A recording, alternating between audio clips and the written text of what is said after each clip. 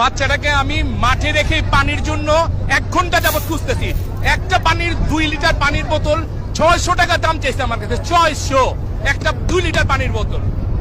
2 litre পানি যেখানে মানুষ বাঁচাইতে পারছে না, মানুষ ছোট ছোট বাচ্চা আগুনে ঝলসা পুড়ে মারা যাচ্ছে, সেখানকার দোকানদাররা তাদের হেল্প না করে 20 টাকা পানির বোতলের দাম 300 থেকে 600 টাকা নিচ্ছে। এটা হলো আমাদের বাংলাদেশ। এরা যদি খালি জানতে পারে যে এক এলাকার 10টা লোক মারা গেছে, তো কাফনের কাপড়ের দাম এরা বাড়ায় দিবে। এরা একদিনেই বড় লোক হতে চায়। আবার এই জাতি নাকি আবার যাবে ফিলিস্তিনির হয়ে ইসরায়েলের সাথে লড়াই করতে। ফিলিস্তিনির কপাল ভালো যে এই দেশের লোককে তারা যুদ্ধতে লেয়নি, নাহলে ফিলিস্তিনির মাটি সহ ইসরায়েলের কাছে বিক্রি করে দিয়ে চলে আসতো।